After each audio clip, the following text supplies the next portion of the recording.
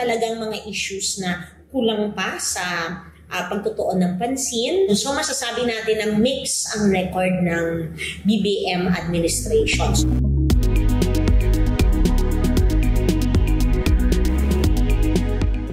Ako si Maria Ella Atienza, Professor of Political Science sa College of Social Sciences and Philosophy ng UP Diliman. Ang SONA or State of the Nation Address ay ibinibigay ng Pangulo bawat taon sa Hulyo, nakalagay yun sa Constitution. Ito ay pag-uulat ng Pangulo ano ang mga accomplishments at ano pa ang mga problema at kailangan pang pagtuunan ng pansin ng bansa, lalong-lalo na ng two houses of Congress.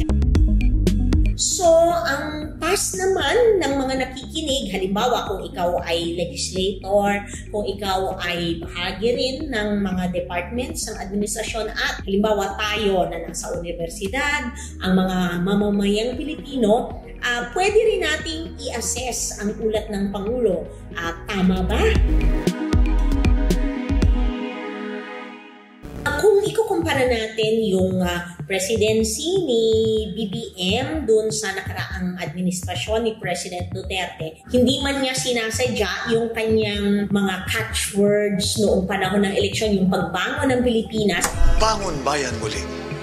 Ito ang ine-expect sa kanya kasi nanggaling tayo sa pandemya at talagang maraming kinakailangang ibangon sa Pilipinas. So yun yung expectation ng marami. Surprisingly, sa foreign policy, ito yung malaki ang pagbalik dun sa pre-Duterte days kasi bumalik tayo dun sa mga dati nating mga kaalyado, traditional allies like the US and Japan. Yung relationship natin with China, hindi lang sa West Philippine Sea. Halimbawa, yung sa issue ng Pogo. Your Honor, lumaki po ako sa farm? Ay mas naging critical yung treatment sa kanila. Mabuti na rin na sa pangatlong SONA niya, nabanggit na niya yung madalas hindi niya nababanggit yung dalawa niyang SONA like agriculture, health, public services, education. Pero ito pa rin ang areas na kulang pa rin ng pagtutuon ng pansin. So masasabi natin na mix ang record ng BBM administration.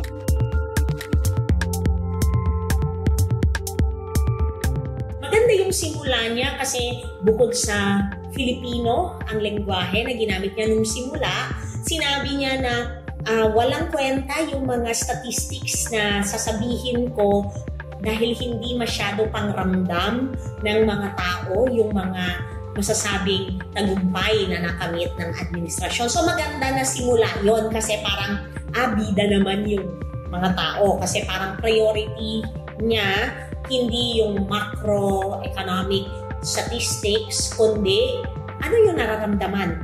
May relevance ba ito sa mga tao? Sa topics niya, importante, definitely nagsimula siya sa agriculture.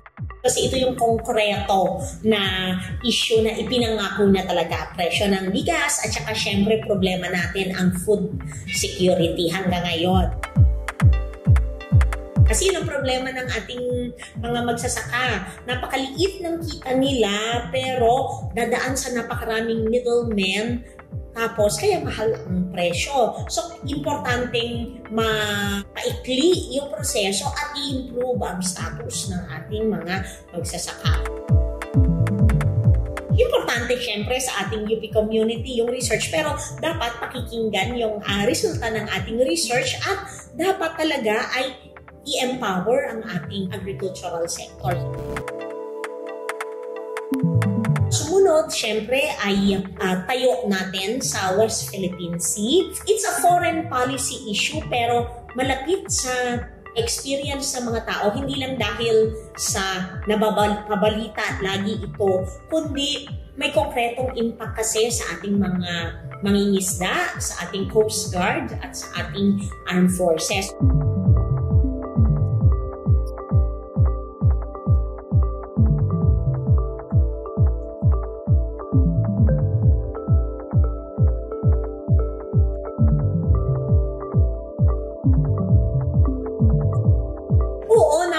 importante na matapang sila. Siyempre, pinagtatanggol ng mga mangingisda yung livelihood nila. Kung imo-modernize natin ang Armed Forces of the Philippines at ang Coast Guard, kailangan din matulungan ang ating mga mangingisda. Anong klaseng mga bangka, anong klaseng mga tulong sa pangingisda yung kinakailangan nila. Effective today, all POGOs are banned. Meron din siyang caveat doon kasi syempre hindi naman kaagad-agad basta sinabi ng Pangulo ay bukas tigil na yan. Binigyan ng pagkakataon ng PAGCOR hanggang end of the year na ayusin at huwag nang mag-review ng mga contracts at saka licenses. Well, ang goal naman dati nung inaprubahan ng two houses of Congress ang pagkakaroon ng POGOs sa Pilipinas ay para mabigyan ng trabaho ang maraming Pilipino, pero lumalabas na hindi naman pala mga Pilipino lang ang nakikinabang dito. Maitutulong ng UP community dito, syempre yung monitoring, kasi importante na lahat ng mga tauhan ng gobyerno, monitor natin na talagang makakasuhan kung sino man yung mga responsable dito. Tungkol naman sa DRRM, masasabi natin na bago pa si PBBM sa mga national laws, marami na tayo na mga commitment sa DRRM at lalong-lalo na sa climate change. International commitments natin ay nasa batas na. In fact, yung Philippine Disaster Risk Reduction and Management law natin na ipasa natin after Ondoy. Ang isa pang usapin ay kung ginagawa at isinasabuhay talaga. Hindi lang ng national government, kundi ng mga local governments yung commitment nila. Kung yung disasters kasi, gasgas na yung term na mabuti na lang resilient ang mga Pilipinos. Pero ang resiliency, hindi dahil kaya pa nating ngumiti sa panahon ng baha o kaya ng sakuna. Ang resilience talaga ay hindi na mauulit. Di ba? Yung natututo tayo, meron tayong nai-introduce na mas maahusay na response at preparedness sa pagdating ng disasters at syempre ng climate change.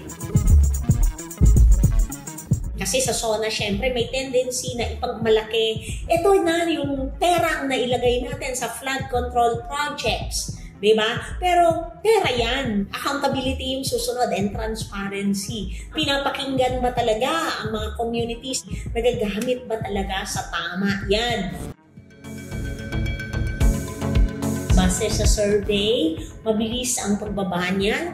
Sana ay maging wake-up call sa kanya at pagkakataonan niya talaga. Pero kailangan din ng mas sustained efforts para ang mga mamamayan ay matutunan na mag-focus sa issues at sa fact-checking. At dito makakatulong ang mga universidad tulad ng UP. Importante rin yung kumbaga popularization and localization ng ating mga pag-aaral para mas maintindihan nila na ganito pala yung sitwasyon. So ito yung mga issues na dapat hihingin ko ng tugon mula sa mga politiko na nanliligaw sa boto ko tuwing eleksyon. Yung expectation din natin sa Pangulo at sa mga politiko, sabi natin, dapat makinig siya sa mga tao, dapat ay relevant sa pangangailangan ng mga tao, yung mga policies at saka mga ginagawa ng mga nasa gobyerno. So dapat ganun din tayo. Pakinggan natin kung ano yung gusto ng ating mga kababayan, paano sila mag-isip, at paano tayo makakatulong sa mga pangangailangan nila. Governance is not just relying on our officials. Importante talaga dito yung papel ng mga tao. How do we make them accountable? At sisingilin natin dapat sila. Kasi ang tawag nga sa kanila ay public servants. So dapat sila yung magsisilbi sa ating mga